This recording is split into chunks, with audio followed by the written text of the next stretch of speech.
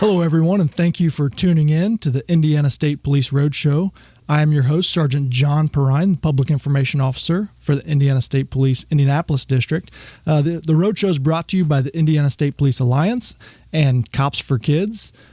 We want to give a big thank you to the man who makes this show visible to all those on YouTube, Tom Trial, the man behind the camera. He's a magician. Somehow makes us look good. And, back for a second week, we spoke with Sergeant Lambert last week about cars into water, and he's got so much knowledge floating around in that head of his about water safety that we brought him back for another show this week to talk about ice safety. It's that time of year where we see ice rescues and people making mistakes on ice that could prove to be fatal. And so, Sergeant Lambert, thanks for coming, and tell us just kind of a little bit about what people need to look for before they attempt to get on ice. Well, thank you. Before you ever get out onto the ice, regardless of what your activity is, we would recommend highly that you file a plan, like a flight plan that a pilot would file with somebody that you love or somebody that really cares about you, a responsible person. Tell them where you're going, what activities you're going to be involved in, what time you expect your return, and if you're not back by a certain time, then that would be a good chance to notify some authorities or take some other means or the measure to try to find you or locate you.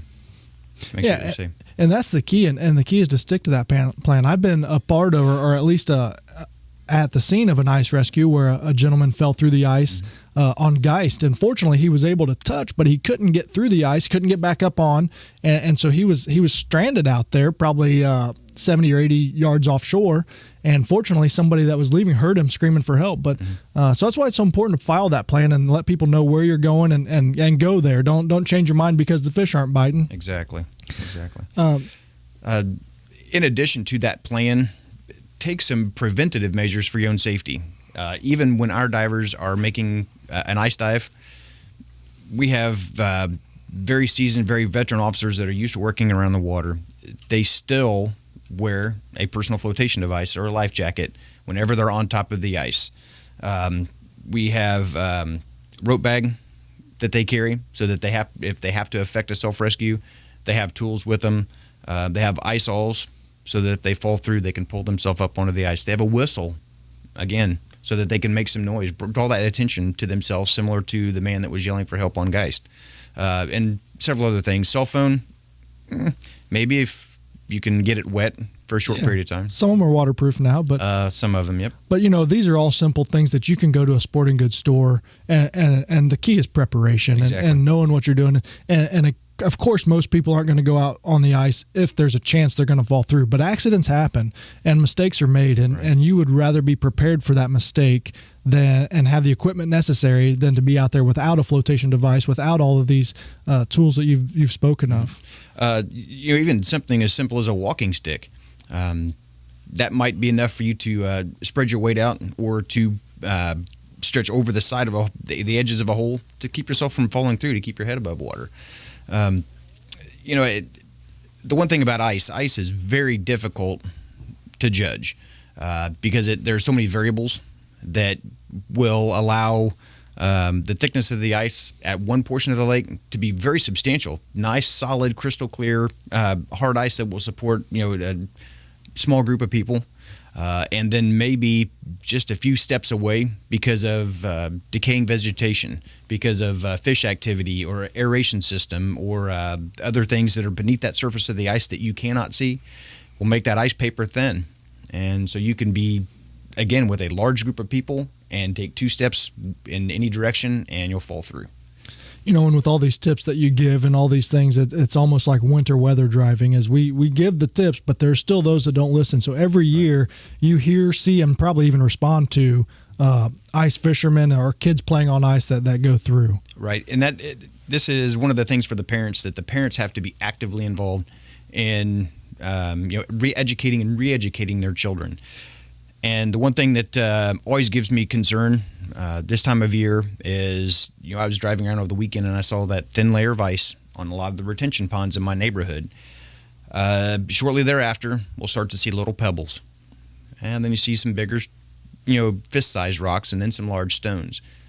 sadly, as soon as you see those stones and there may be a dusting of snow on there, you see the little footprints. The kids are out there testing the ice.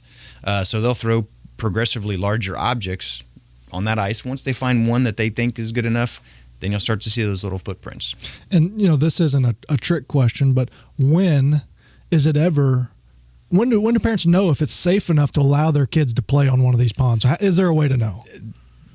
There's two schools of thought on that. Some people will say there's no such thing as safe ice, but there is. If you are in an area where you are at a lake or a pond or some other body of water that is professionally measured and used for those ice activities, it can be safe ice. Also, if you're an educated and trained, not necessarily formally trained, but a trained person like an ice fisherman, before they even really step foot on the ice, again, they've got the life jacket, they've got the little plan made, they've got some safety measures built in, but they'll take an ice auger or even a drill with an auger bit on it, and they'll start measuring that ice.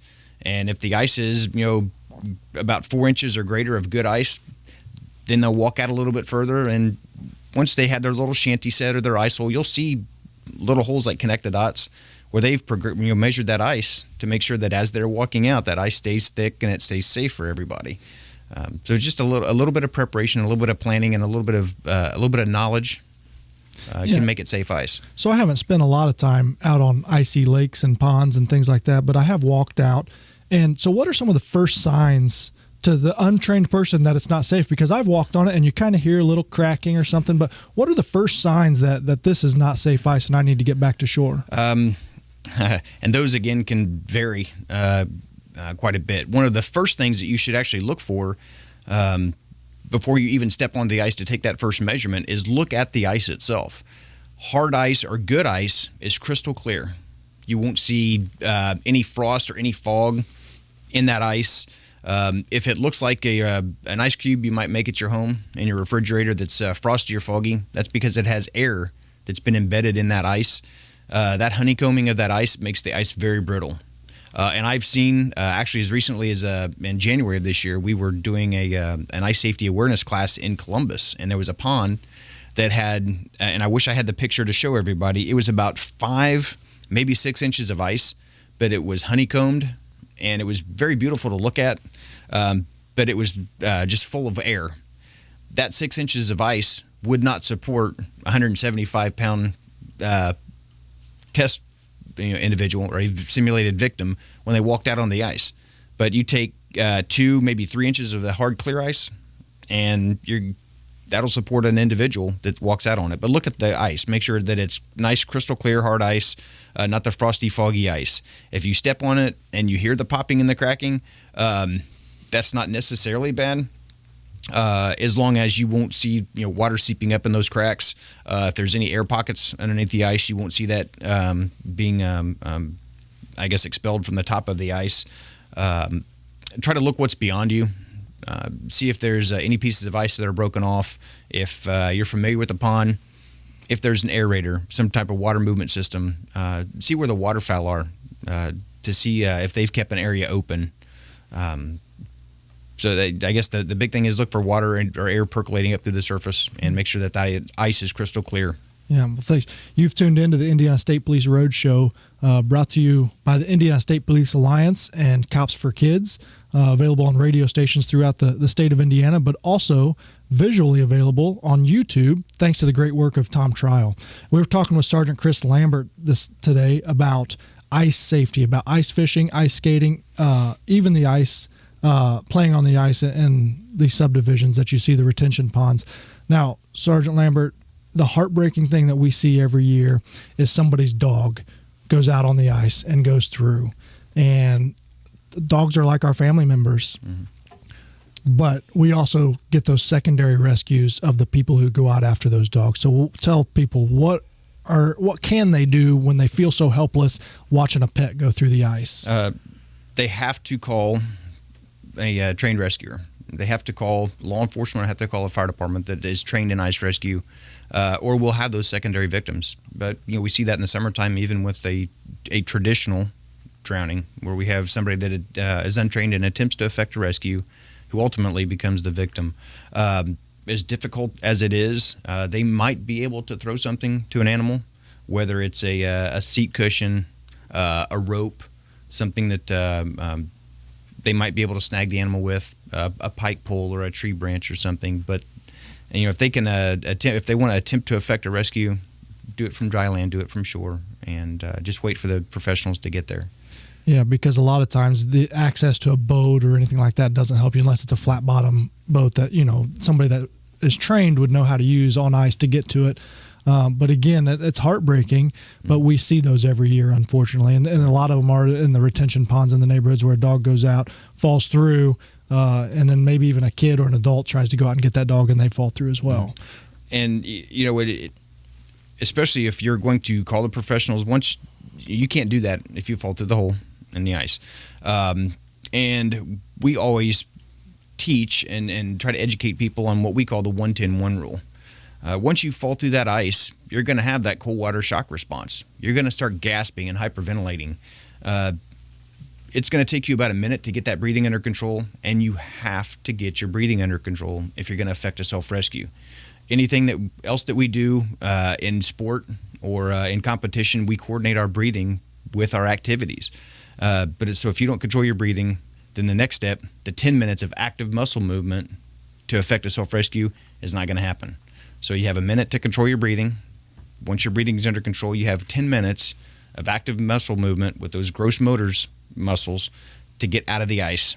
And then you have about an hour before you become hypothermic to the point where you go unconscious. Not die. I didn't say die. Mm-hmm. But unconscious from hypothermia. So wear your life jacket. Wear suitable clothing for the environment. And then make sure that you always have a plan ahead of time. Yeah, and plan is the key, but you have that panic mode, you fall in, you're unprepared, you don't have the tools you need. Talk to me about the steps of a self-rescue. You find yourself in the hole of an ice, how do I get out? If you've been unprepared, again, you're going to have to wait for a minute, and I know that sounds crazy, and it's going to be extremely painful falling into that cold water, but you have to control that breathing, control that hyperventilation and those deep gasps, keep your airway open. Once you've controlled your breathing, you're going to need to pull yourself up onto the ice. Chances are you're not going to have any nice ice alls or a pocket knife or anything else that you can pull yourself up on. So throw your elbows up on top of that ice shelf, kick your feet like you're swimming. Kick as hard as you can, using your elbows to pull yourself up onto the surface. If you're able to pull yourself up onto the surface, obviously don't stand up. The ice was weak enough for you to collapse and have you fall in. It's still going to be just as weak or even made more so now because you're splashing water up onto it that's above freezing. So roll well away from the hole. If shore is relatively close, roll to shore. Get up and go find help. Get out of the cold. Get dry clothes on. Still have yourself checked at a hospital or by a doctor for the mild hypothermia, just because if you've aspirated water, you can have other physiological issues going on. And you said earlier, based on your research, somebody can stay in the water for quite a long time and still survive in the icy cold water. Yes. But let's just say let's reverse it, and let's say I'm one of the people on the shore and I see somebody go in.